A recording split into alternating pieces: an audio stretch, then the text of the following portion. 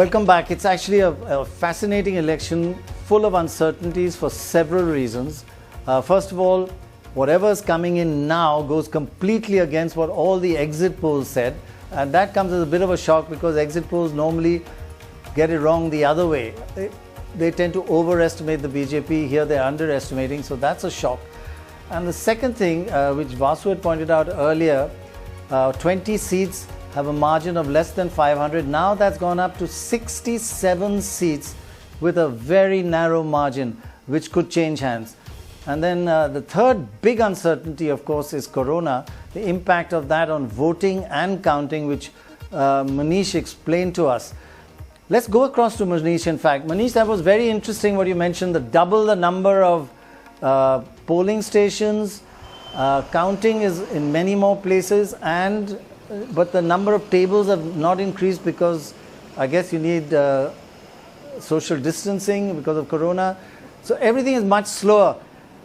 Any other updates on the counting and whether things are, this is the pattern that's going to carry on, or everybody is being very cautious like we are? Dr. Roy, everybody is keeping his fingers crossed because in view of that, Election Commission has also issued some kind of advisory. Don't rush. They are saying that we increase the polling stations from 64,000 to 106,000 this time. 63,000 was last time in 2019 and 2015 assembly elections. And in proportion to that, the number of tables at the counting center has not been increased just to maintain the social distancing. And that is why Election Commission issued the advisory that this time, unlike past where the counting used to be concluded in 19 to 24 rounds, this time it will go to up to 35 rounds. And that will take some time. And the first result you will come to know only by 4 p.m. Today, and the last result might take any time midnight today. So that is why, and the numbers are are fluctuating. But of course, for the last 1 hour, you can see NDA is above 122. But in the local channels, as I can tell you, this number is also widely fluctuating from it was very close, 115 to 116. But so now everyone is saying that let's wait till 3 p.m. now. In the morning it was 10:30, 11. So now it has been increased to, extended up to 3 p.m. Dr. Roy. I mean, that one figure you just mentioned is astounding. There could be over 30 rounds of counting because of COVID and fewer tables, etc. That does make everything much more uncertain. It's really like voting starting and normally at counting starting at 8 o'clock, and then it's only about 9:30 right now. That's the kind of state we are at the counting. But is there a kind of change in mood in the camp? They may be saying let's be cautious, etc. But is there a change in mood in the two camps? Yes, of course, NDA camp, every rank and file, their leaders are, very confident now that they will form the government. They will get something around 140. But at the same time, the mood in Mahagathbandhan is a little bit down. But they are hopeful that as the counting progresses, and they are always, giving the example that in the over 50 seats, the margin is less than 1,000, and that will change in next few rounds. So they are also keeping their fingers crossed. But of course, the mood in NDA is now they are heaving a sigh of relief that they are not being, below 100 as predicted in the most of the exit polls, and they are hopeful now that ultimately they will be able to form the government. Right. Also, Alok Pandey is with us. He is joining us from outside Tejashwi's house, and we've seen, in fact, that mood barometer, the way it has swung back and forth. So, Alok, again, is it still quite thanda there, or there's still people who are coming, bringing fish or any other offerings for Tejashwi, which you can try and, I know if people are bringing Maro. fish or not. No, I was just saying that I don't know whether people are bringing fish or not, but they certainly seem to be bringing no COVID protection, because that's what everyone is. Nobody with a mask, very few people. But yes, the mood seems to have lifted again a little, because there are more people here than there were, say, an hour ago or 30 minutes ago when you and I spoke. Now at this point of time, you have a situation where there are people, some of them giving sound bites to media, some of them eating ice cream, chaat, whatnot. I have these young people here with me. आपका नाम क्या है? मेरा नाम प्रशांत मेहता हुआ। प्रशांत कहाँ, पटना से हैं, बाहर से? पटना से। पटना से। जी। ये बताइए प्रशांत कि अभी की स्थिति में कुछ 130, 110 टाइप का हिसाब चल रहा है। आप लोग पीछे चल रहे हैं, काउंटिंग तो अभी बहुत बाकी है, लेकिन क्या आपने ये एंटिसिपेट किया था कि इस तरह की स्थिति आएगी? क्योंकि पहले तो बहुत हल्ला चल रहा था कि एकदम क्लीन स्वीप होगा, लेकिन क्लीन स्वीप तो नहीं लग रहा है, क्योंकि अभी बहुत चीज़, अभी तो ग्रामीण नतीजे आने अब स्टार्ट हुए हैं। जिस तरह से बेरोजगारी को देखते हुए लोग शहर के तरफ, अगर हमारा रुझान अच्छा रहा है तो बेसिकली है कि गांव की तरफ भी रुझान ज़्यादा होगा, क्योंकि शहर के लोग अभी कुछ समय से आपका बिजनेस पे हैं, लेकिन ग्रामीण जो लोग हैं वो आपकी शिक्षा की बात करेगी, वो किसानी की बात करेगी, नहीं वो हर एक चीज़ की बात करेगी। और अभी की जो सरकार है नीतीश कुमार, आपने सड़क, बिजली, ये सब चीज़ को दिखाया, लेकिन आपने वो नहीं दिखाया अभी कितने स्कूल आपके बंद पड़े हैं।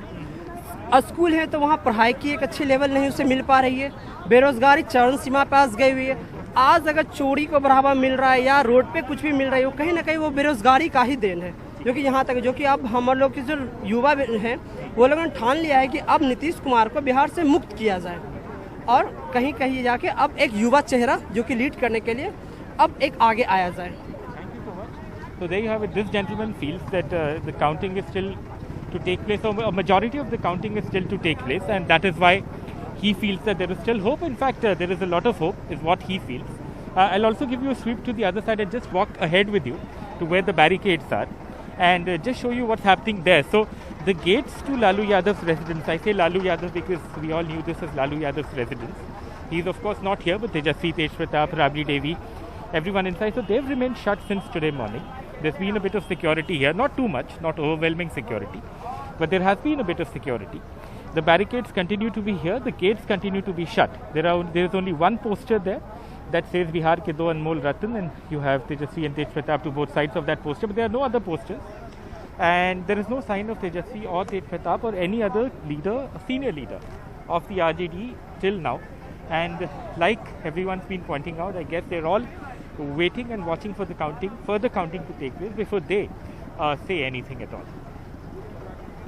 Okay. All right. Thanks very much. Thanks, Arvind thanks, Alok. Is also joining us from Delhi BJP headquarters. Just a quick thing, Pranay, wanted to get your and Dorab's view that it is fluctuating back and forth, but two things seem to remain constant. One is the JDU is consistently down 19 or 20 seats. That doesn't change, and the Congress is down 6. Others are, the lead between the BJP and the RJD keeps expanding and narrowing, but these two parties seem to be more consistent. But I would say Congress was up a bit earlier, but it's down now. But JDU, you're right, has been just consistently losing throughout. Vasu, these two parties are fighting 200 of the 234 seats. So obviously, if anybody is going to be down, they're going to be down, right? Right. In the Gathbandhan, there are 43 seats. No, who's fighting? Arvind, what's just getting an update from the BJP headquarters here in Delhi.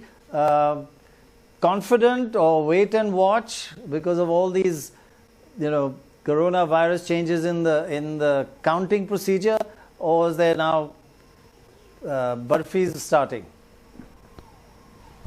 First, let me add more to what Manish was saying. In fact, our sources in the Election Commission here in the National Capital are also hinting the same, saying that hardly somewhere around 11 to 12% of the votes have been counted as of 11:30 a.m.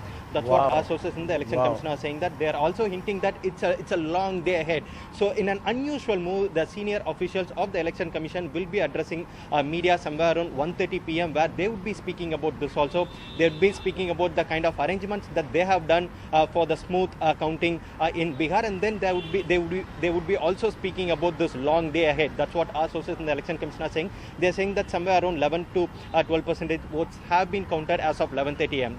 So keeping that that in mind, that's what we are also seeing in BJP headquarters in the national capital also, because most of the senior leaders are glued to the TV. They have not called anything. In fact, we are not seeing any celebration despite BJP. The NDA is well ahead of the majority mark, somewhere around 129 to 130. Despite having that somewhere around 12 noon, still we are not seeing any celebration in the national capital, in the BJP headquarters. That clearly shows that it's a long day ahead, and that's why none of the none of the leaders, senior leaders of BJP are actually making any statement regarding their victory. So everyone is very cautious. They all know that it's a long day ahead, like EC is also hinting at. So we have to wait for some more time to actually see some kind of activity in the BJP headquarters here. Very interesting. Yeah, very interesting, Arvind. Arvind, there was some talk we've just been hearing that a lot of the BJP was telling quite a few of its voters to vote for LJP in the Nitish seats. Is there any truth in that? It sounds very far-fetched because that's too much of risk. It's something that Yogendra also mentioned, that was that their game plan, and to weaken Nitish and still be strong themselves. And I think Vasu also mentioned that the transfer of vote seems to have been asymmetrical from JDU to BJP, but not from BJP to JDU. So if you want to cut Nitish's seats, let the LJP do better. Some of the BJP's vote goes there. I don't know. All sorts of theories floating.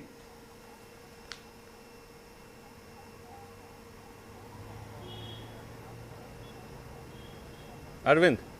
Any wild theories in your end, Arvind?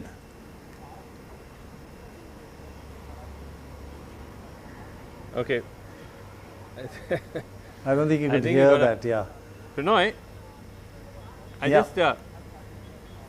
so I just wanted to say that I met Chirag Paswan when I had gone to Patna, and he told me that when he met the senior BJP leadership, we're not going to name any names, but when he met the senior BJP leadership, before he decided to announce the fact that he's in a way going to break from the NDA and he's going to fight against the JDU, he told me that there was interest. There was not immediately, don't do it, this is going to damage us. He said they were interested, they listened to us, they wanted to know exactly how this was going to work. He said he got a call the same evening from these top leaders. They asked him to send a list of seats where he was going to fight against the JDU to explain how it was going to work. So they were quite interested in what he was planning. Wow, that's very interesting, Vasu. That's very interesting. And on record, Prannoy, when I interviewed Chirag and I asked him, because he said he met Amit Shah and JP Nadda and told him his decision to break with the NDA and fight against the JDU, I said, what did Amit Shah say? He said he was silent. So I said, oh, you mean to say he didn't stop you? He was silent? He said, no. He was just silent. Wow, that's actually, and also there's not been one criticism of him by the Prime Minister or the senior BJP leaders, right, during the campaign? Well, they've not criticized Chirag. Well, I would make a slight distinction here. The Prime Minister has been absolutely silent. The other leaders have said that he is not part of the NDA, and Sushil Modi called him a vote katwa. It's a bit of a rude remark that he's a vote cutter. Yeah. But the Prime Minister's silence and Amit Shah's silence. Sushil Modi is well, he's very close to Nitish. Bit different from the rest of the very close. That's right. Very interesting, actually. Wow. Amid a huge risk of shooting themselves in the foot, but if they do well and Nitish is undermined, that is like a dream scenario for the BJP. Wow. So to build up their own base in Bihar. Right. Also, we have with us Prannoy R.K. Sinha, Ravindra Kishore Sinha, BJP leader and former BJP MP is with us. Dr. Nasir Hussain of the Congress is also with us. Dr. Sinha, thank you for joining us. Now, again, you shouldn't have any reason to be unhappy. You're doing reasonably well. You're still about 30 seats ahead. But the fact that the JDU is being dragged down, the same question about whether this kind of tacit arrangement, silent arrangement that you may have had with the LJP, could that be one of the factors, and was that a mistake to try to play this, footsie with both sides? Good afternoon, Prannoy and Gaurav. Good afternoon. Welcome. Good to have you here. Pranay, I am very happy whenever I am with you because some sensible discussion is always there. The question which you asked, make major contribution to. Thank you. There is no tacit arrangement or tact between Chirag and BJP leadership, because you must understand that Chirag felt hurt and insulted because his father was humiliated by Nitish ji. That is what he says, because BJP decided to bring Ram Vilas ji on the seat vacated by Ravi Shankar, and it was BJP's decision. But Nitish ji supposedly claimed that he has given this opportunity to Ram Vilas ji, otherwise he would have been nowhere. And Ram Vilas ji had to straight away go from airport to Nitish ji's residence, and Chirag says, I am not witness to this, but Chirag says and officially confirmed that he was humiliated there. So Chirag was very hurt, and BJP leadership did try that it should patch up and all the constituent of the NDA should remain intact. Somehow it could not happen, but you must understand that Ram Vilas ji has been the biggest leader of scheduled caste after Babu Jagjivan Ram, and Right. he not only led the scheduled caste, Sure. but also in upper caste, Yes. a very good following. So naturally, when But sir, it was I mean, Pranay, the problem is between Chirag and Nitish ji, and we would have done much better if this problem was. So would you say that this is a young person, he acted emotionally, impulsively, and therefore you can forgive him? There is no question of, unless we know the fact that what happened between the two, how can I comment? I was not a party to that. Only thing is that after Ram Vilas ji came back to the Rajya Sabha and he was sick, entire budget session he came and he sat with me because he could not walk down to in the well and go to the first row. So he used to come and sit because we were old friends. When I was a journalist and he came as a first time MLA no, of but Sinha Saab, just a second. Yeah. What happened between Chirag and Nitish is a separate issue. The point here is that the BJP has been silent. As I just mentioned before you joined us, that when I asked Chirag Paswan what happened when he met Amit Shah and said, listen, I'm going to fight all the seats against the JDU, not the BJP, he said Amit Shah was quiet. He didn't say to him, don't do it. He didn't say to him, don't do it. The Prime Minister was silent on the campaign. I can't comment unless I have a talk with Amit Bhai or Chirag. I can't comment on that. It's not proper for me to comment. But what about the Prime Minister's silence? The Prime Minister's silence is on record. The Prime Minister didn't say one word against Chirag in the whole campaign. Second, I got some very interesting information from Namrata. If you could just hear this. We have information now on the seats that JDU was fighting, and they're winning in 39 seats of the ones we've got data. And when you add the LJP plus JDU votes, they would have, that 39 would have gone to 64.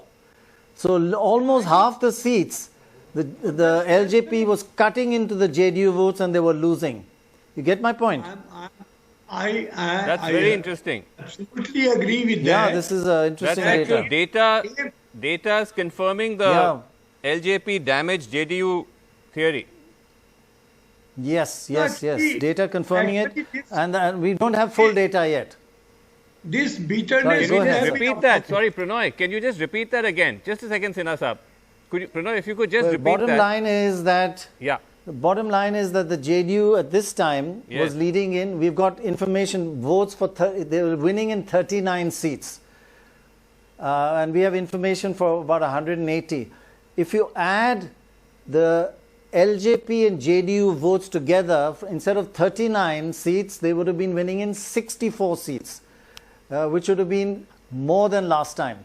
So, I agree. About 40% if in somehow 40% of the seats, they've been cut. Yeah. if Sorry, go ahead, sir. if somehow we could have patched up between Nitish and Chirag, we would have very easily made it into a NDA wave, which appeared to be you're a right. RJD. Looks like it. Looked like RJD wave, which was not there because RJD. Yesterday also I told after opinion polls that opinion polls are most of the time it's okay. The predictions are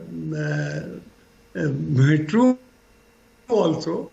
But this time I said that in Bihar opinion polls and the exit polls, it will not happen because RJD voters were very aggressive this time and they had actually assaulted a number of JDU and NDA voters who claimed before camera that they have voted to Tir Chhap. And there is an incident that people were chased and they were beaten in their house. So, kind of a fear factor. Can we just take a short break and we'll just come back to you to amplify on that point. Very interesting point. Why the polls could have been wrong, one reason. See you in a moment from now.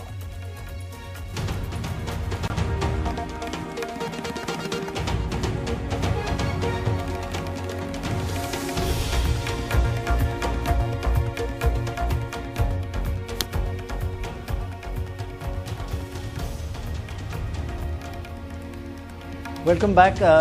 Dorab and Shekhar, just some very, very interesting data that we are getting, and this most unusual compared to earlier elections. What happened about 2 hours ago, the number of seats with a margin of victory, a lead of under 1,000 was 20. An hour ago, that went up to 47, and now it's 76 seats with a very, very narrow margin.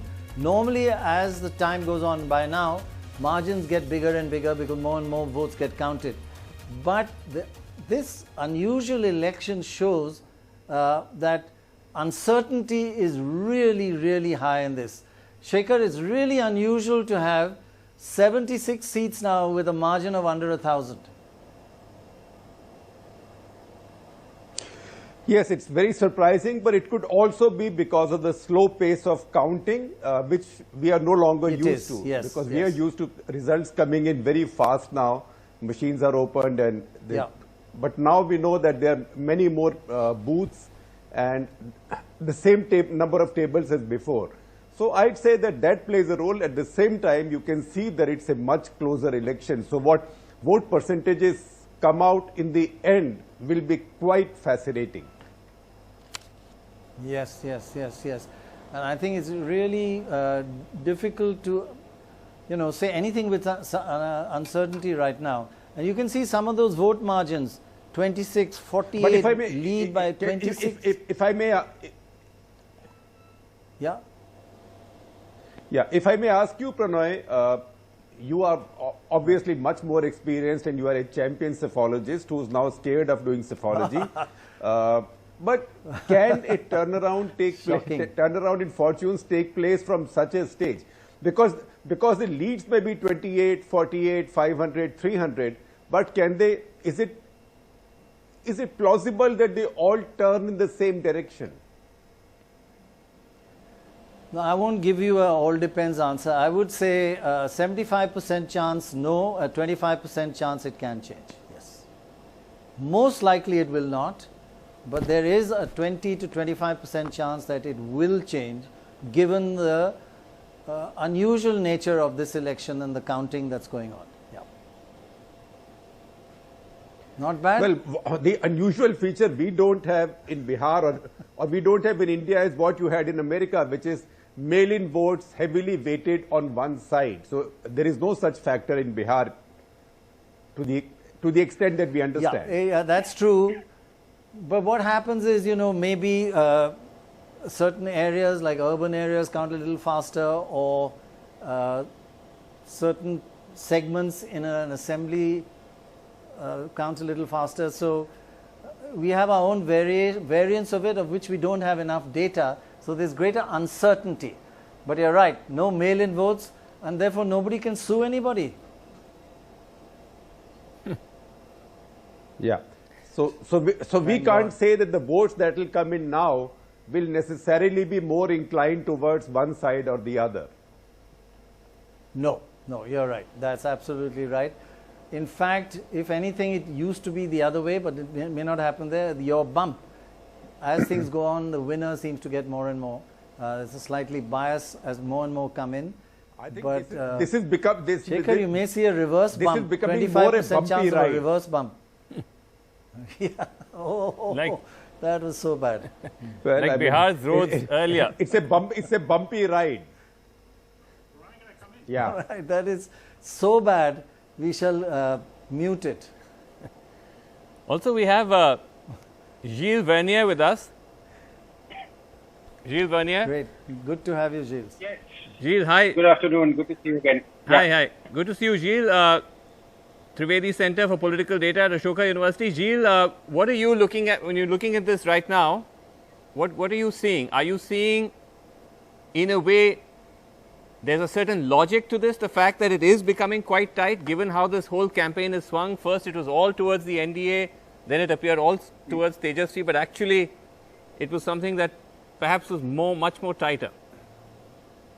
Well, I mean, what we can say at the moment is that, you know, the gaps between polls, the pre-poll and the exit poll show that campaign effects are real and that we need to pay attention. Clearly, something happened during the campaign that sort of changed whatever predictions we could have made, you know, even a few weeks earlier. But what I wanted to say is that this is a tricky election to compare with the previous one, obviously because the composition of alliances is different and parties also contest in different number of seats. So you compare in the vote shares and they look really neck by neck, but actually they don't really contest on the same ground, the same terrain. What you can look at is the strike rate, the current strike rate on the basis of the seats where the parties are leading. And here the differences are absolutely enormous. So on the basis of what we know now in terms of leading seats, the BJP has a strike rate of 66% in the 110 seats that it contests. And the JDU has a strike rate of only 40%. It's a huge difference, which basically indicates an enormous difference of performance between the JDU and the BJP. And within the Mahagathbandhan, the RJD and the Congress are also at fairly lower level, 43% for the RJD, 29% for the Congress. And the LJP, which contests in 113 seats, is only leading in 5. And so it may turn to be a nuisance factor for Nitish Kumar, but it's not getting a lot of headway. It's a measly 4% strike rate at the moment. And so correct me if I'm wrong, but it seems quite unusual to have that level of that amplitude of differences in terms of strike rate between two members of an alliance, right?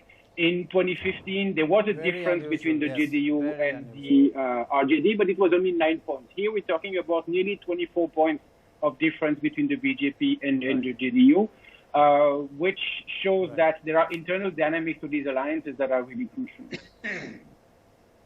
And if I can make a second point. Yes, I just want to go ahead. take, before you make the second, that's an important point you've just raised.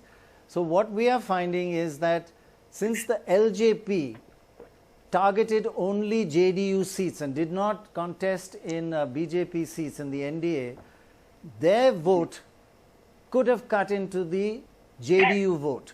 They targeted only JDU, and it seems as though the JDU, if the LJP vote had not cut into them, they had not contested, they could have, their seats would have gone up if we add up their votes from, at the moment we have information about on 170, and they were leading at that time around 40, and it would have gone up to 37, it would have gone up to 64. So a huge amount at the margin of JDU victories were made into defeats because LJP took quite a bit of that vote. That could be, as you say, different dynamics in the alliance. And the Vote LJP cutting by the contested with LJP mostly only of JDU. Yes, and the LJP contested Sorry. mostly with upper caste candidates, or a majority of their candidates in general seats are upper caste candidates, and so that's also preventing the GDU combine, to function, or at least it cuts into that. That's a good point. Right, Yeah. so they're not cutting. They're not cutting into necessarily Nitish's voter, but they may be cutting into the BJP voters The in the alliance seats voter. where the GDU is contesting. Right. But, Right. if I And you may, were going to make a second point? Yeah, the second point is that it's useful to remember that Bihar is extremely fragmented as a state. The last time a single party got more than 25% of the votes was in 2000. It was the RJD. And ever since, everyone has been hovering below 25, right? And that basically means that in order to win in an alliance, you don't need to actually target a very broad, segment of the electorate. And that happens in a state which is a low turnout state, right? Participation has been somewhat stable around 55% over the past few elections. It's actually lower than what it used to be in the 90s, which means that you really need to target a quarter of the electorate in order to be, in the race. And that's also what incentivizes parties to cater to the interest of core support base, and that's why identity politics remains, so salient. In a way, Bihar is lagging behind other states where you have not just that post-identity politics, but where parties try to break those traditional molds and try to build, broad appeal, which is why you had 3 single majority governments in UP over the last 3 elections, but that has not happened in Bihar, which remains very fragmented. I must add to that, 55% turnout for men, 60% turnout by women. I just had to add that. But as you would, thanks and, very and much. I can complete what you. But fewer women in the electorate, as you know very well. Yes. Quite Okay. right, yeah. We have to take a break. Okay, we take a short break and Yes. be back. Everything will change. Just wait for it.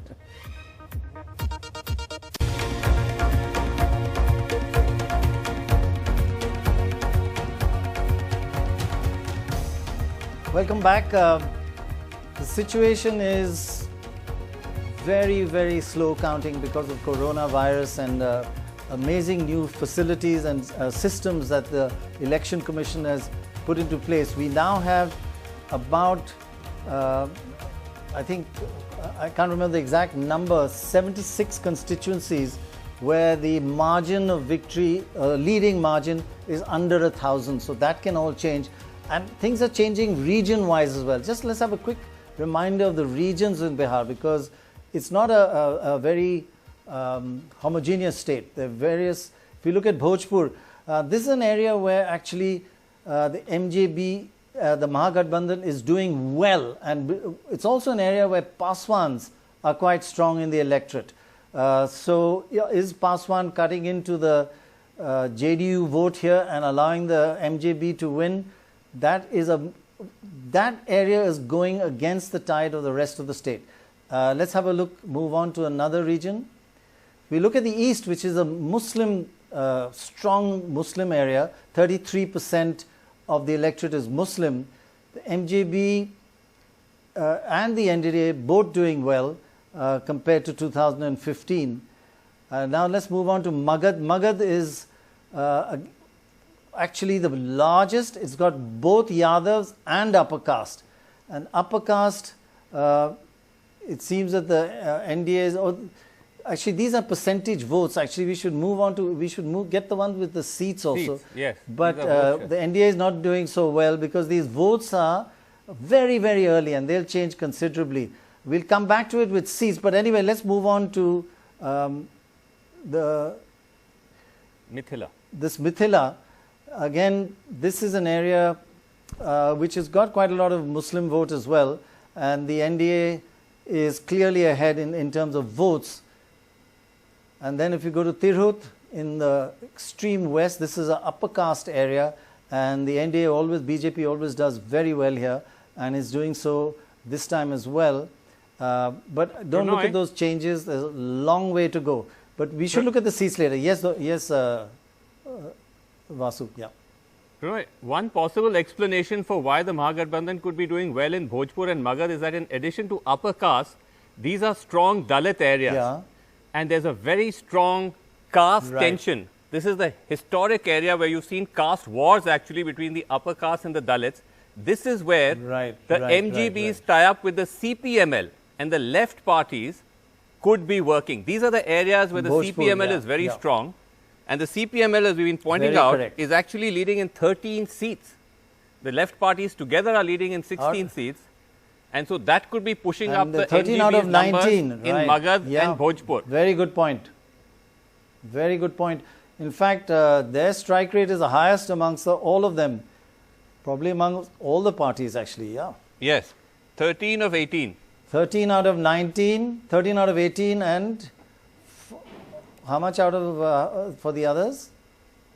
CPI is 3 of 6 and CPM is 3 of 5. Wow. So they're doing high strike rates. Yeah, they're doing quite well. Yeah. Let's bring in Ajoy Bose at this point. Another brilliant author.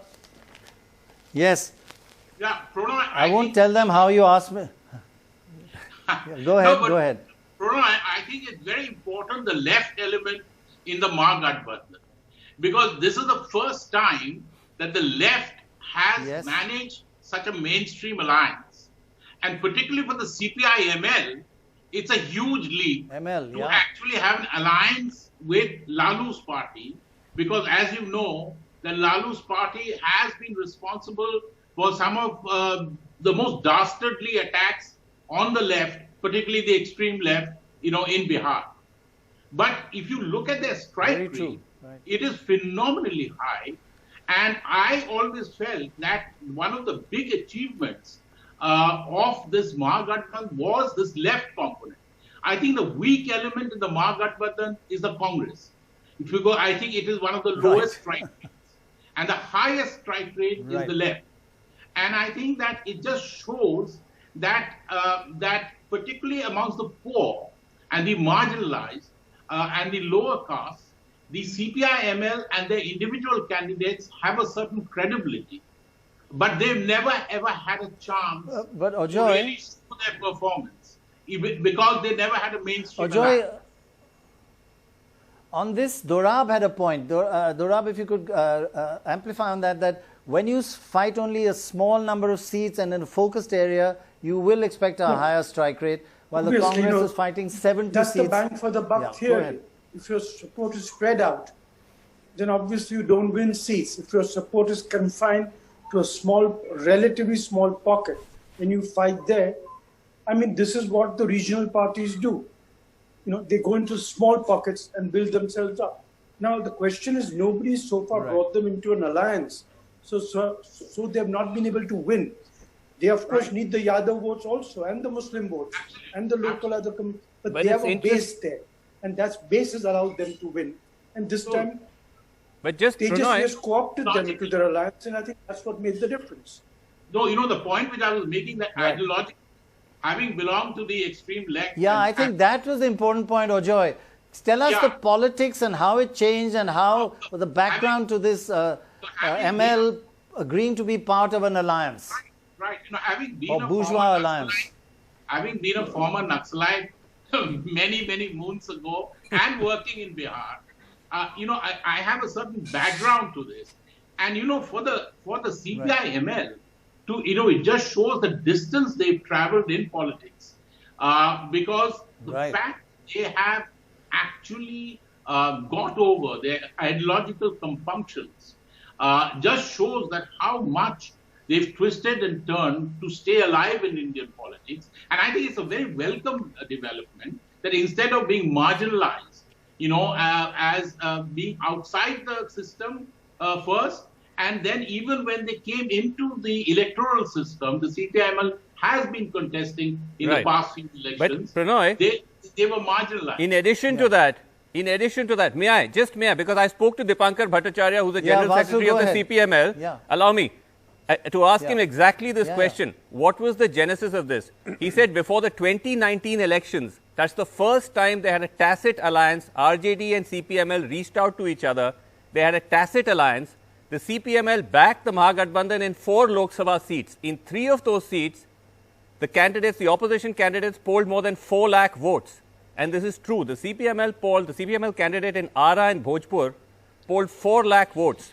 She lost, but that was a huge, very interesting, number, and that gave them a taste of what the CPML can bring to the table, and that led them to then coalesce the alliance for this election. And what the CPML is bringing to the table, break, and just to amplify, is the Dalit take a vote. Short break. I think we'll just come back to exactly because a very interesting point. But just to clarify one thing that Ajoy Bose said, the CPI and CPM have been in alliances in Bihar before. It's the CPML which is a new one. ML is first time. Get more details on that. Yeah, that's after a short break.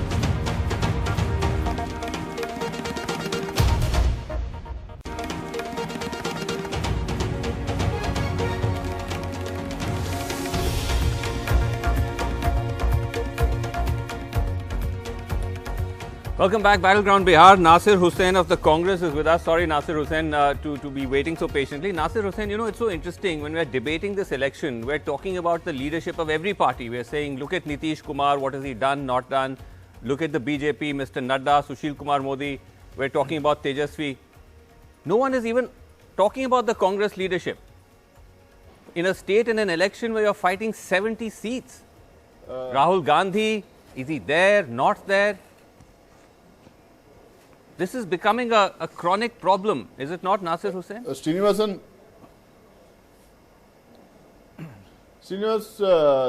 I think we should admit that we are a smaller party in Bihar. The Bihar leadership fought the election. Obviously, Rahul Gandhi ji from the center led the election campaign along with Mr. Tejashwi Yadav. He did draw huge crowds. But I think what is more important is I campaigned in Bihar for almost 20 days. I was there in Bihar. I think what the Congress should do is just not activate itself during the election campaigning. We need to strengthen our organizational machinery. Despite all the ideological talks, despite all the issues that have been taken up by Rahul Gandhi at the center, despite all the Congress showing the right posturing by opposing issues and raising the issues in the parliament in both the houses. What is more important now also I think is how you fight the election, how you organize your election, how you tighten your machinery. There is something which was lacking in the ground in Bihar because we are a smaller party and we are in weaker organization. I think I accept that. You keep saying smaller party, you're fighting 70 seats. Did fight an election. Sir, you're fighting 70 seats. That's not that small. I know that is I think roughly around 30%, 30% of the seat I think that we are fighting there. But anyway, what is more important is I still feel, see now roughly around 20% of the votes have been counted, more than 4 crores of votes have been casted, and we still have around 80% of the vote to be counted. And about 70 constituencies, we have a margin of about 500 to 1,000 votes that is there. This is something. It's still a long way to go. I still hope. A lot of uncertainty still. Bihar have voted for a change, and we. Yeah, we just come back to you. I just wanted to bring in Pavan Verma here. There's nobody who knows and understands Bihar better, the inside story, than Pavan. Pavan Verma, your take on what's happening so over the last few days, from exit polls saying an easy victory to the Mahagathbandhan to what you're seeing now. But there's still, of course, a lot of uncertainty. What's your take on what's happening? You know, I genuinely feel that it's too early to make a conclusive judgment on these elections. I think we need to wait for the results a little more. And you recall about exit polls and the counting. In 2015, at 9 a.m., I was on a program. I was on a program with you when it seemed the BJP would. No, we are censoring sweep you. The election. We are censoring you. I don't remember any of that. No, I don't remember. Let's forget about it. No, tell us what's happening now. It doesn't matter because it can happen to anybody. That's why I am actually cautioning people to make a very hasty judgment. But I just want to make one quick point. Yeah, I think quite right. Whether we accept it or not in the heat and dust of the election results coming out, governance is an issue in this election. First of all, I believe that the strike rate of the BJP, although it has emerged as it seems now, as the largest party perhaps, is lower than its strike rates normally. And certainly the JDU being relegated to the third largest party from being the pole party in Bihar, far ahead of the BJP, is also a factor of people's dissatisfaction with many aspects of governance. Equally, I think if these trends hold good, and again I reserve my judgment, in Tejashwi, people seem to be not fully convinced that he is an alternative to, frankly, Narendra Modi, who led the elections for the BJP. There's no other leader. Mr. Narendra Modi held the election for the BJP. And in that sense, I will say governance is again the issue by which Nitish Kumar seems to have done better than expected, even though he's the third largest party, because people still appreciate the fact that in his 15 years, he has made certain transformative changes on the ground. It's an irony that today the BJP seems to have achieved its goal of relegating Nitish Kumar to a junior position in the NDA alliance, which I believe was their aim, and Chirag Paswan's You think that was their goal? And other factors clearly point to that. Right. But essentially, Pavan Verma, we'll just come back to you. We've been told we have to take a break, but this is an important point. That was the BJP's goal, you're saying. We'll just come back to you on that in a moment.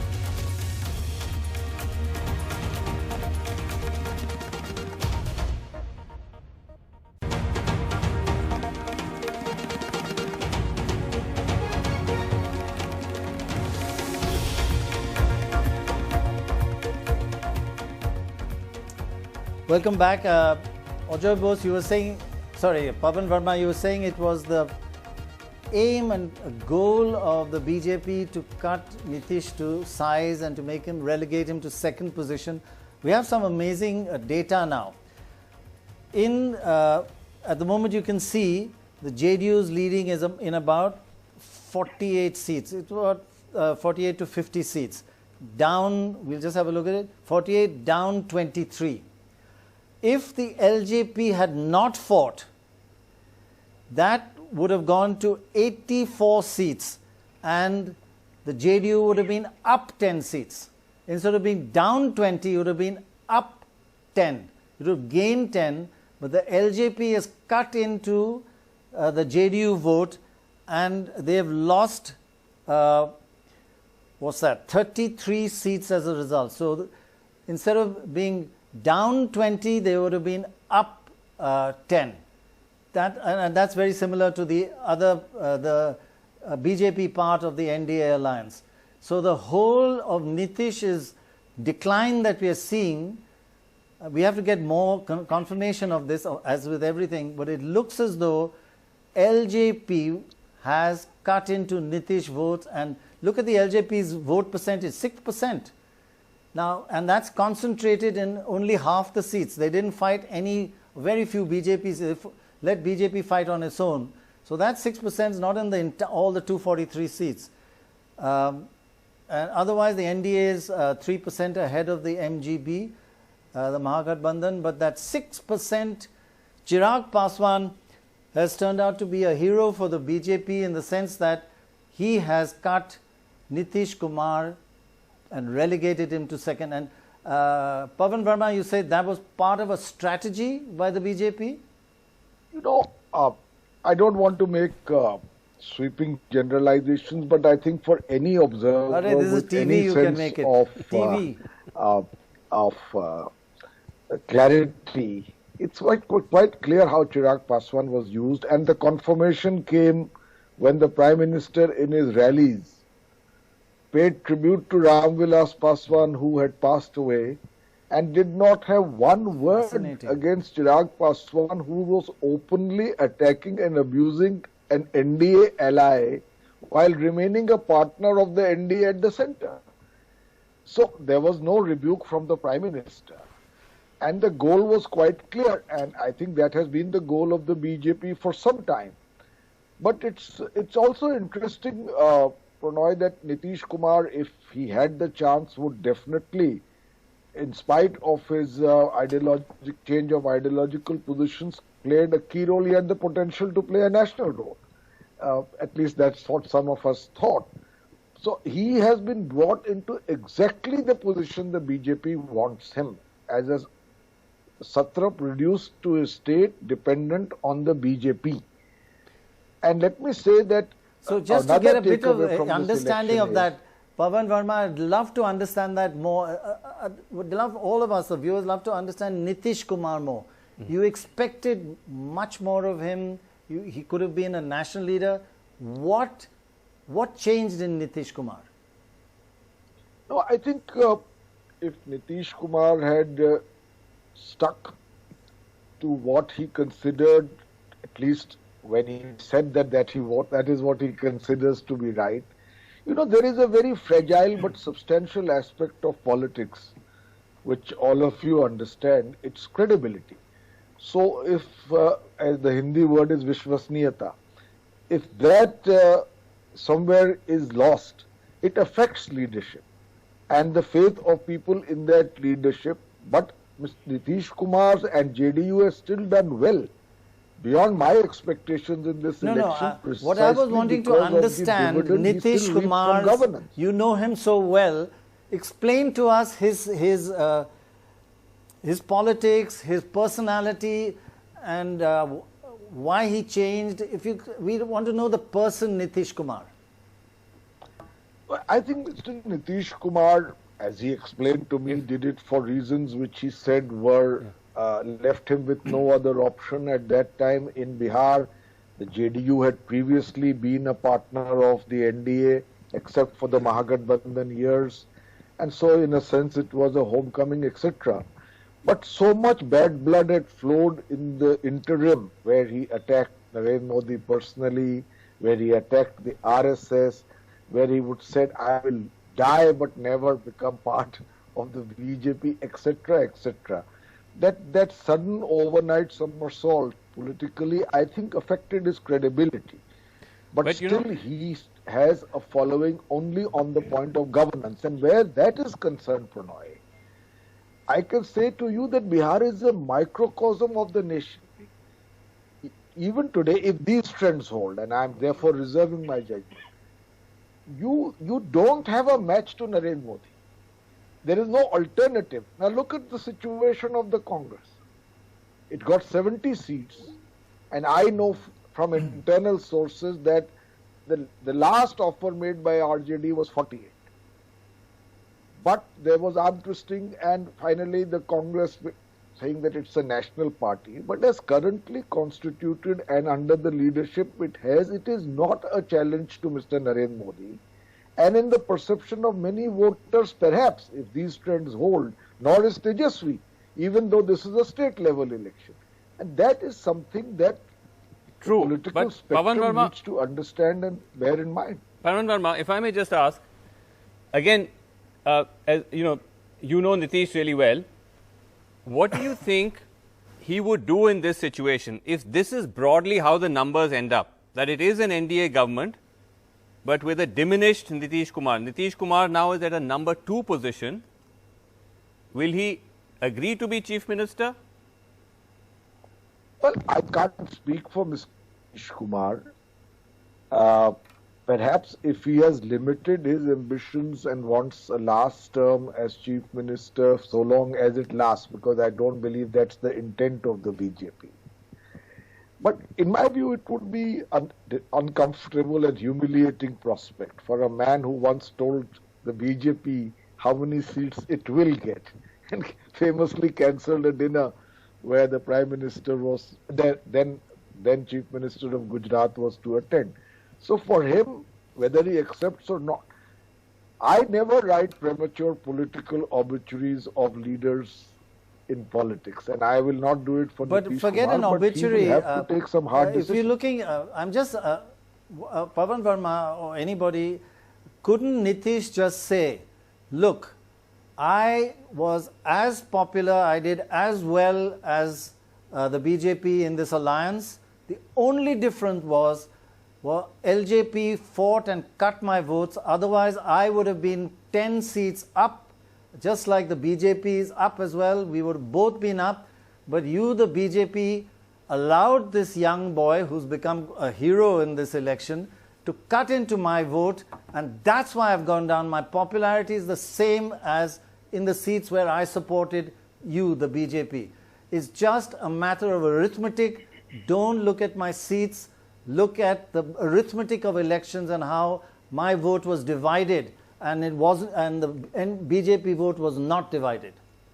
You know, Can't he Mr. just say Nitish that? Kumar is a very astute It's politician. not a humiliation. Of course, he knows what is going on, and there was no doubt another factor. There was transference of JDU votes to the BJP, but not in the same measure from the BJP to the JDU. That's also a factor. It looks like some of the BJP votes went to the LJP. Nitish Kumar says, I can't vouch, I can't vouch for. When he got 2 seats in 2014, and I was with him when the results finally came out, just 3 people sitting in his drawing room, he told me that I will accept moral responsibility and resign. This is untenable for me to continue as Chief Minister. And against a great deal of protests in his party, he resigned. I cannot say what he will do now, but I believe it is cutting him down to size which has been achieved by a conscious plan by the BJP, as your statistics seem to show. And it's not a very good prospect for him in any government that is formed, even the NDA forms. Yeah. It could be. I have a question. It could be conscious. Pawan Verma, it could have been conscious, or, and I come back to this, I come back to what Chirag Paswan said on record, that it was just very important, a silence from Amit Shah. When Chirag Paswan told him, I'm going to fight against the JDU, I'm letting you know, silence, didn't say anything. So, no, I don't believe that itself Mr. sends the Chirag signal. Paswan, that itself sends the signal. Who swears loyalty to Prime Minister Modi, who famously said, I am his Hanuman, could go so far in attacking the incumbent Chief Minister of Bihar and ally of the BJP without some level of sanction from the highest levels of the BJP leadership. I have a question for Pawan. May I ask a question to Pawan? Fascinating. And I don't think that Mr. Nitish Kumar is Ajoy, go ahead. Yeah, I have a question for Pawan. Yes, Ajoy. Do you see, after Nitish being cut to size, possibly in these elections, what happens to JDU? Do you see any chance of a split in the JDU? Within the JDU, are there people who feel that Nitish, as a personality who dominated the JDU, is no longer the same Nitish, like many of you feel now? But after these elections, do you see the JDU splitting? No. Can I just intervene, Ajoy? Just let me intervene and add something there. Ajoy, when you say he's no longer the same Nitish, just remember one thing. See that 49 seats that were up there? There were 49 seats he's getting. If the LJP had not cut into his vote, that 49 would have gone to 84. He would have been bigger than the BJP's 72. So it is the tactics the splitting of the vote. Yeah, so when you say, maybe his popularity hasn't changed, but he would have had 84 seats. No, but is there any chance of the JDU splitting? A part of it going to the BJP and a part of it, is there any chance of JDU disintegrating? Because Nitish is also getting on. And, he did, I don't know whether it's a slip of the tongue or whether he meant something else, that this was his last election. He did say in that campaign speech. JDU, by the way, just to say quickly, those are JDU, disintegrating, that's JDU's bursting patakas outside their office. We're not in Patna. We're not quite sure why, but maybe they just got fed up of waiting. They had the patakas with them and they said, let's burst it. Because they think that Nitish Kumar ji will become Chief Minister again. Yeah, nobody else seems to have jumped the gun. JDU has. But so you don't think the JDU will split? You think the JDU will I don't think the JDU will split immediately, but the JDU is Mr. Nitish Kumar. Okay. In whatever decision Mr. Nitish Kumar will determine whether it splits or not. All right. But he's still a formidable force in Bihar, that I want to say. Yes. And the statistics you showed, Pranay, show that. Yes, that certainly seems to belie. Again, just look at these patakas at the JDU office. They seem to have sort of decided, bahut ho gaya, we are calling the election. But those numbers that Pranay, very interesting data that shows that actually the big dent to Nitish has really been more because of the LJP, not the JDU on its own, does tell you that this whole theory that Nitish had done a terrible job, a lot of anger against Nitish. It was there on the ground, we came across it, but it wasn't perhaps that much of a factor as it was made out to be. Is Nasir Hussain, if he's still with us, Nasir Hussain? Nasir Hussain, what would you make of what Pawan Verma said? That is, if this is true, if these numbers continue to hold, then all else apart, it does tell you that the BJP, Mr. Modi, does remain head and shoulders above everybody else, and that the Congress is just not in the game. Not just in, not just in the context of Bihar, but nationally.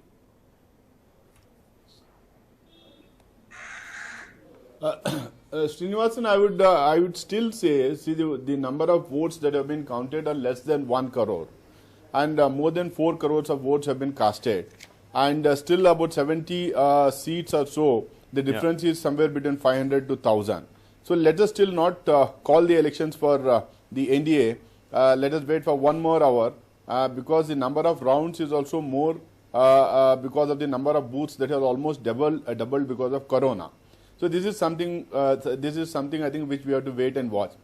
Second, as far as Congress leadership is concerned or Congress party is concerned, see, we have been winning elections in the last few years. Right from Madhya Pradesh, Rajasthan, Chhattisgarh, and all these places, we have continuously won the election.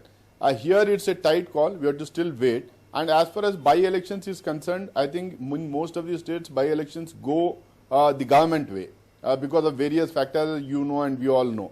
I think as far as Bihar is concerned, I still would say that another 1 hour time is something where we can still call the election. In fact, in Karnataka by-election, I believe by your state, in at least 2 of those seats, BJP, Mr. Yadurappa is ahead. That's what we heard. Sira, I think we were supposed to be close. RR Nagar, we were not very sure. Sira, we were supposed to be close. Again, the huge use of money and muscle power and also the use of machinery, the way it happens in Karnataka. Though BJP never had a mandate in Karnataka, they have manufactured a mandate after weaning away lots of people from Congress, lots of MLAs from Congress and JDS. That's how they formed the government. The BJP has been either either trying to manufacture a mandate or trying to cheat the mandate of the people which has been given, and that has happened in many states. That happened even in Bihar in the last election. Okay. Right. We'll take a short break just to remind you of the data which Namrata and Iram are constantly updating. The JDU at the moment we see is at about 48, 49. Let's see, 48 down 23. If the LJP had not cut its vote, that 48 would have been 84 and the JDU would have been up about 11 or 12 seats. So instead, it would have been the largest party, but Chirag Paswan's aim and target was spot on, and he cut into Nitish Kumar's vote, making him the third largest party instead of the largest. So actually, it's not a popularity change, it's the arithmetic of election, and Dorab will explain everything to us in more detail just after this break.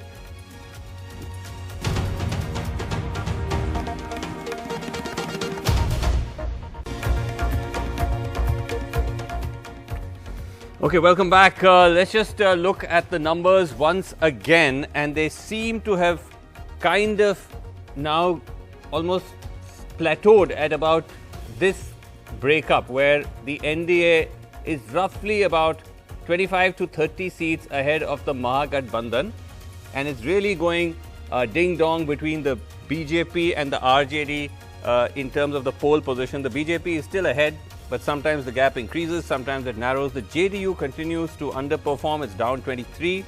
The RJD is down 15, the BJP is ahead by 20. The Congress is down 5. The left parties, particularly the CPML, which has actually made a gain of 10 seats, it's at 13 of the 18 seats it fought, is doing extremely well. So that's where we are at the moment. And Dorab, again, we're now, unfortunately, we have to kind of get our head around this new normal, that this is how it's going to be in this first post-COVID election, that it's going to be painfully slow to actually count the votes. But just coming back to that same question, Dorab, that with this kind of gap, I mean, even with slow counting, could the picture change? Or is this largely the unlikely, but that we are going to see? On an average, if you had 16 rounds in the old days, you have 2/3 more EVMs this time.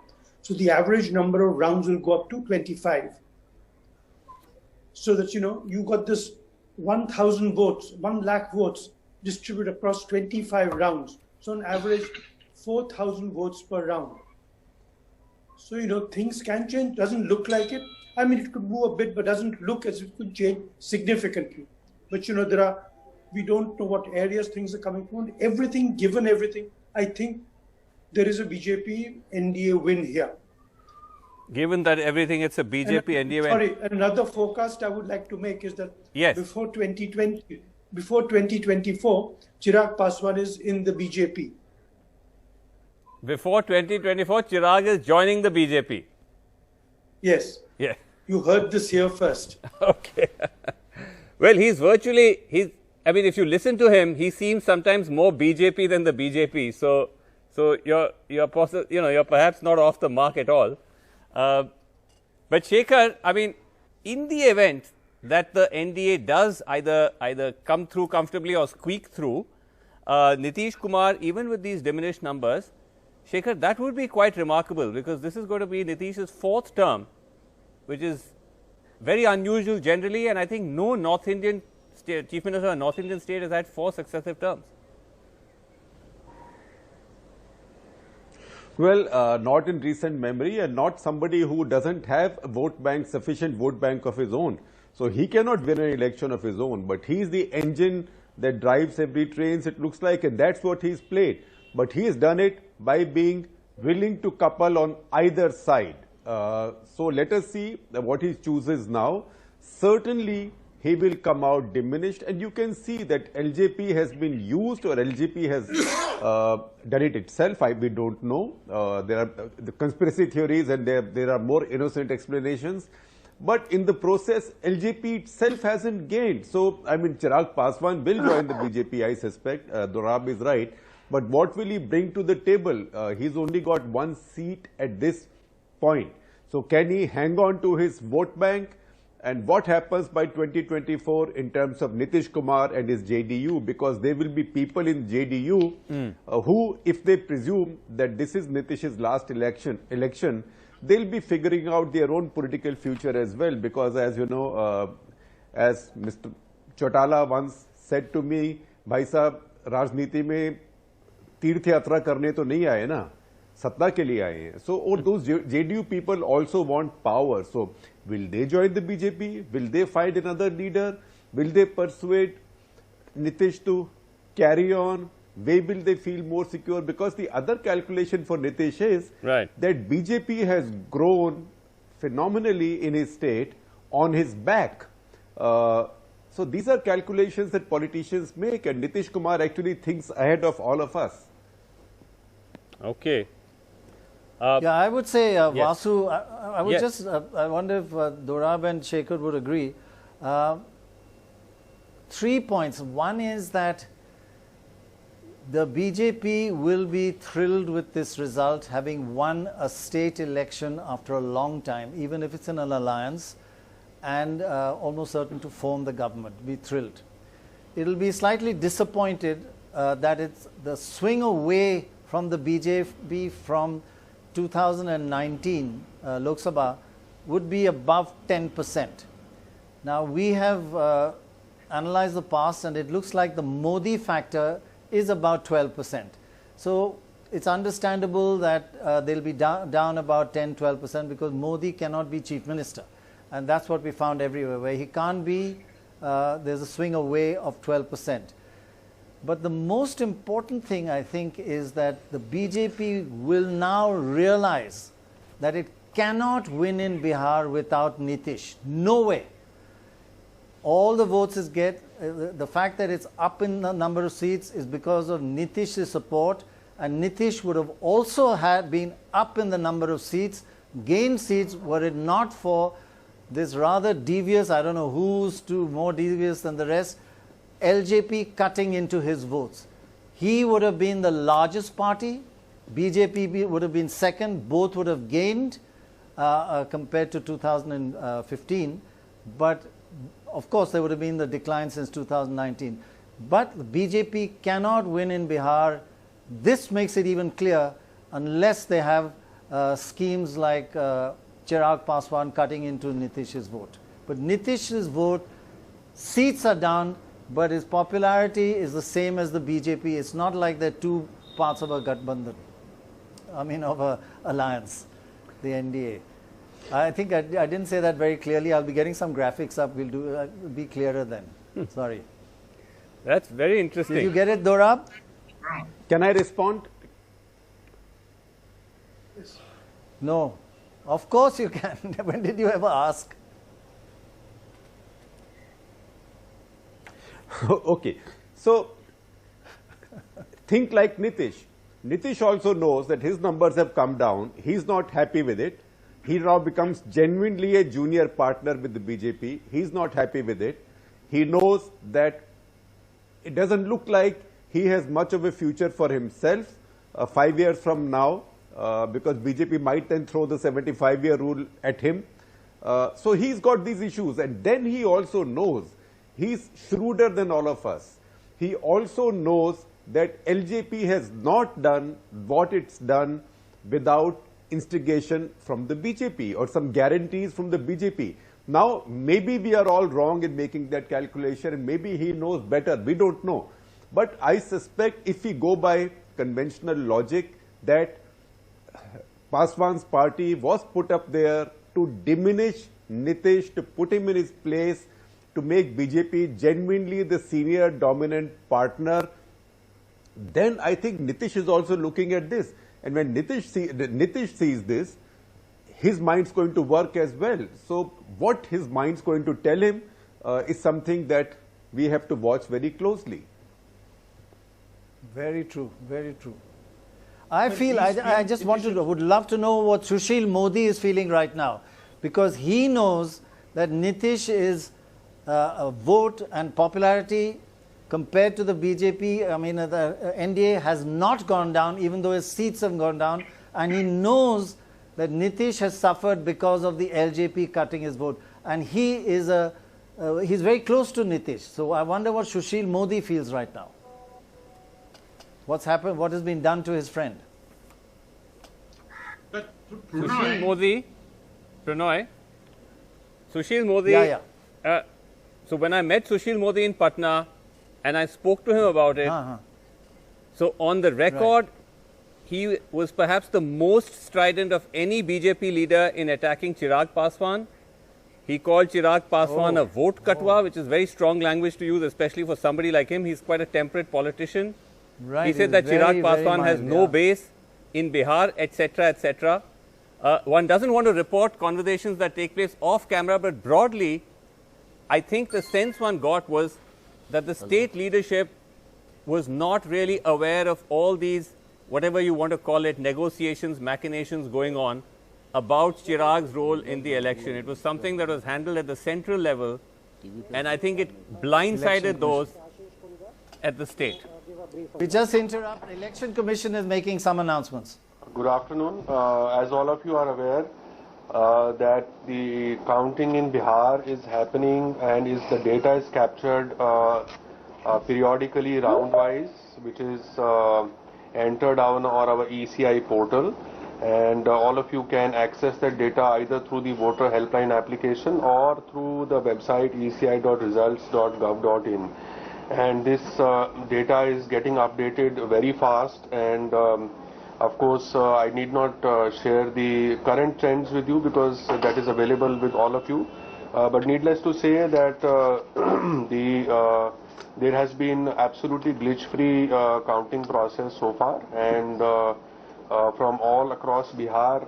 So far what we have been able to gauge is that about slightly more than 1 crore votes have been counted in Bihar, which means that there is significant ground to be covered yet. And I think so far there are no issues which have come to our notice from any quarters. But if you want some specific figures, if anybody wants, we'll be happy to share with all of you. But I think I'll request Chandbhushan to give a brief on counting at Bihar. Good afternoon, friends. As you are aware, this time we have close to 63% increase in number of polling booths because in view of COVID-19 requirements, Commission decided to limit the number of electors at each booth to 1,000 from 1,500, and so the number of booths gone up from 65,000 to 1.06 lakh, and it means the 1.06 lakh number of EVMs to be counted. Also, you would be aware that in our broad guideline issued on 21st of August 2020, we decided to have the limit of tables in a particular hall to 7. Earlier it used to be 14 in general. However, to observe the parameters related to social distancing and requirement of presence of counting agents, etc., it was decided. But also on ground, the election machinery, they increased the number of locations. In fact, in 2015, the counting took place at 38 locations. And this time the counting is happening at 55 locations. And also in each of the ACs, either the bigger hall has been taken or there has been the counting in more than one hall. So in all cases, actually in all ACs, the counting is happening at invariably at 14 tables. And the number of rounds are ranging from lowest 19 rounds to 51 rounds in Bihar in different ACs. So the approximate average for Bihar would be close to 35 per AC number of rounds in for the final results. So this is the broad picture, and our counting machinery on ground is doing our work very diligently without any glitch, as already pointed out by our colleagues here. And we hope to finish the counting as per the procedure late tonight. Thank you. We have some questions from media. The first question is from Ritika Chopra of Indian Express. Can the Deputy Election Commissioner please list out the differences between a conventional counting process and the Bihar counting on account of COVID-19? I will take up this particular question. As I mentioned already, that in terms of counting, Commission prescribed to you can say that decongest the particular counting hall, and it has limited the number of tables in each of the halls. So that is one change which has happened in from earlier occasion. Also, the number of locations have gone up so that the counting process goes smoothly and at more number of locations to take care of this additional need. Otherwise, all the processes related to counting or instructions related to counting are the same which used to be earlier in terms of counting of EVMs or postal ballots. Another question is, how many rounds of counting are finished by 1 p.m. and under normal circumstances, how many rounds of counting would have been finished by now? I think every AC, the round depends upon the number of polling booths which it has. So it would be very difficult to answer specifically related to these issues. Also, the on an average kind of situation, it depends. When you start counting early and then when you go in the motion, then again the time variation may happen, kind of thing. So it's a very difficult to put a specific number. Postal ballots, how many postal ballots were received this time, and please provide a corresponding figure for the 2015 election. I can share one particular input related to postal ballot, that as per law, all postal ballots received till 8 a.m. today on the day of counting are to be taken up for counting. So it means the postal ballots received at the counting center till 8 o'clock in the morning today, it needs to be taken up for counting. So the data related to that would be available at the level of concerned returning officer at present. I can only add that for service voters, about 1.6 lakh ballots were dispatched, and the data, I think, as Mr. Chandrabhushan has said, is to be collated, but about 50,000, more than 50,000 service voters' votes have been received in the RO's offices. We have a question in Hindi. मतगणना क्या धीमी चल रही है? कितना समय लग सकता है फाइनल रिजल्ट आने में? मतगणना धीमी नहीं चल रही है, मतगणना की रफ्तार वही है। जैसा कि मैंने बताया कि चूंकि ज़्यादा ईवीएम की काउंटिंग होनी है, तो हो सकता है थोड़ा समय उसके लिए ज़रूर लगेगा, क्योंकि आप ये भी जानते होंगे कि 2015 के मुकाबले हर चीज़ में बढ़ोतरी हुई है। आपके नंबर ऑफ जो मतदान केंद्र हैं वो बढ़ गए हैं, इसीलिए ईवीएम मशीनें जो काउंट होनी है वो बढ़ गई हैं आपकी। पोस्टल बैलेट में जो है उसमें भी नंबर पहले से इजाफा हुआ है। हालांकि इन सबको ध्यान में रखते हुए हमने अतिरिक्त जो केंद्र है वो भी बनाए हैं, पर फिर भी थोड़ा बहुत जो समय ज़्यादा काउंट के कारण रहेगा वो रहेगा। इसमें कहीं पे धीमी गति से मतगणना करने की बात कहीं से नहीं आती है। One last question from Madhav of Times Now. The question is, EVM doubters continue to raise questions about whether it can be hacked. Certain leaders raised doubts during the campaign too. What is ECI's response to these statements? It has been clarified time and again that EVMs are absolutely robust and tamper-proof. Even Honorable Supreme Court has upheld the integrity of EVMs more than once. In fact, the Election Commission of India had also offered EVM challenge, inviting all political parties in 2017. The integrity of EVMs is absolutely without any doubt and merits no further clarification. Thank you. One question on the number of EVM machines. How many machines more this year compared to 2015? As in case of Bihar, I already told that at that time we had 65,000 polling booths. So naturally corresponding number of EVMs related to those many booths. And this time we have 1.06 lakhs polling booths. So accordingly we will have corresponding number of EVMs related to that for counting purposes. Chandrabhushan sir, I have one question. This is Ritika from the Indian Express. I'm sorry, it's probably it's a very basic question. Mr. Kundra had said that you all have roughly counted about over 1 crore votes till now. As opposed to how many polls? Can you give us a total poll figure in terms of votes? How many votes polled this time?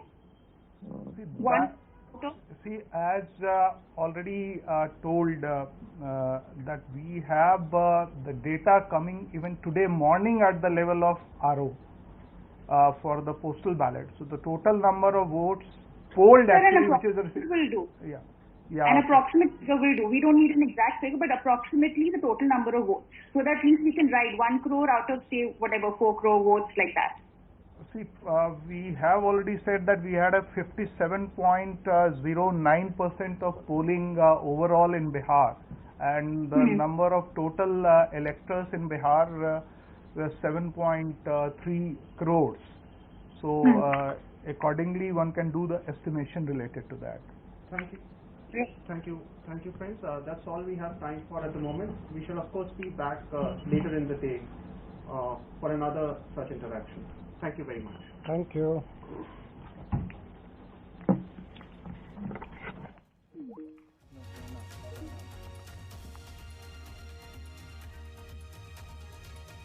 Welcome back. Actually, I think perhaps the most significant point that comes out of that is that this is a COVID counting election. It's slow. The number of tables have been reduced by half for social distancing. I think that's excellent. I think what they've done is absolutely right. But everything that we're looking at is way slower than normal.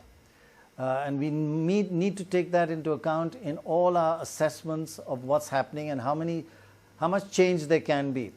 For example, as we know, now we have almost 100 seats where the margin or the lead from either party over the second biggest is less than 1,000 votes, almost 100 seats. That's huge, because when you think of what the situation is right now, 128 to 104, that's 24 seats difference.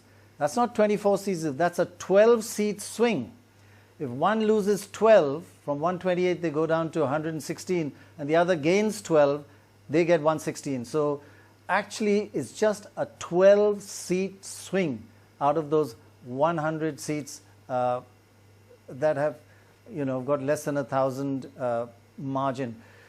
So Dorab, it's really uncertain, and you love projecting when there's uncertainty. So tell us who's winning. You are, as always, but other than that, 25% right of the votes counted when 10 or 12 seats moving one way or the other. I mean, I still feel that if the figures go the way they're going, and I think there's no reason to believe they shouldn't, seeing how badly Nitish has been hit, probably the NDA has a better chance. But you can't write off the MGP merely because of, there is so much votes to be counted. What is surprising, though, is that the MGP, the number of seats that the RJD has lost, it's not only the Congress that's dropping seats, RJD is also dropping seats. And that, in a way, suggests that the exit polls showed them as sort of going on a sweep. Now, when they're the major partner, we always knew the Congress was the weak link. But this is the strong link. Link is dropping seats. Suggests there could be a problem, but too few votes counted so far. But that's a cautionary sign.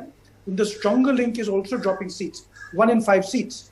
That is something that one needs to think about. Now the difference is 22 seats, right?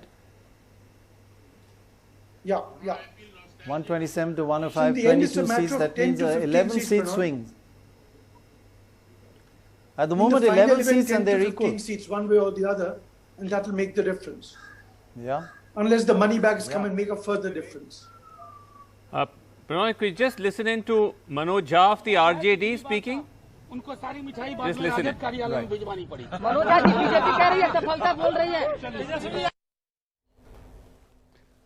Oops, sorry. Just come back to that in just a second. Just very quickly to Dorab's point about the RJD's performance, Nilanjan Sarkar of Center for Policy Research and also Ashoka University has tweeted that the BJP has a 69% strike rate against the RJD and the JDU has a 39% strike rate against the RJD. So when it's BJP RJD, BJP is almost at a 70% strike rate. Yeah, but again, it's so Vasu, just we that need to see then which are the seats that have come in so far. Have the seats that have come in so far mainly BJP RJD or JDU RJD? Right. We need to see that. Yeah. That will give us a better fix of the longer term. We'd like to see the strike rate of BJP versus Congress. Yes, as well. Yes. So we need comparative strike rates. You know, I have 10 points here to make, but I won't make them. I think we'll go for a break, right? But before the break, I really do have 10 points. Okay, we'll come to your 11 points. But let's just listen in now to Manoj Jha, RJD, senior leader, what he has to say, and then we'll take a break.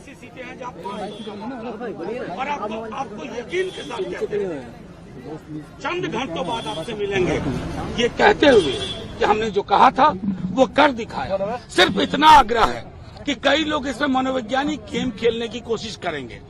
हमारे तमाम कार्यकर्ताओं, हमारे उम्मीदवारों से आग्रह है आपके माध्यम से, जीत का सर्टिफिकेट लेके ही निकलिए, हाथ में जीत का सर्टिफिकेट, क्योंकि आप सब जान रहे हैं कि इस बार काउंटिंग क्यों स्लो हो रही है। उसके पीछे कारण है, इसलिए रियल टाइम डेटा आपका अटका पड़ा रहता है बहुत देर तक एक ही जगह। लेकिन हम लोग तो इलेक्शन कमीशन के अलावा अपने सभी कॉन्स्टिट्यूंसी में महागठबंधन के सहयोगियों भी सभी बात कर रहे हैं और आपको यकीन दिला रहे हैं कि ओपिनियन पोल को एग्जिट पोल ने खत्म कर दिया। एग्जिट पोल के बाद आप देखेंगे नतीजे वही होंगे। एक अन्य मार्ग जो ठीक मेरे सामने है, वहां बदलाव सुनिश्चित है। चंद घंटों का इंतजार करिए और ये मैं यकीन के साथ कहता हूं कि आप परिवर्तन देखेंगे। कितनी सीटें सर महागठबंधन को आ रही है? आपको मैं सीधा बता देता हूं, 122 है आंकड़ा, उसके ऊपर ये कहां रुकेगा जो मैंने पहले कहा था, आज भी दोहरा रहा हूं। अभी कितनों पे लीड कर रही है?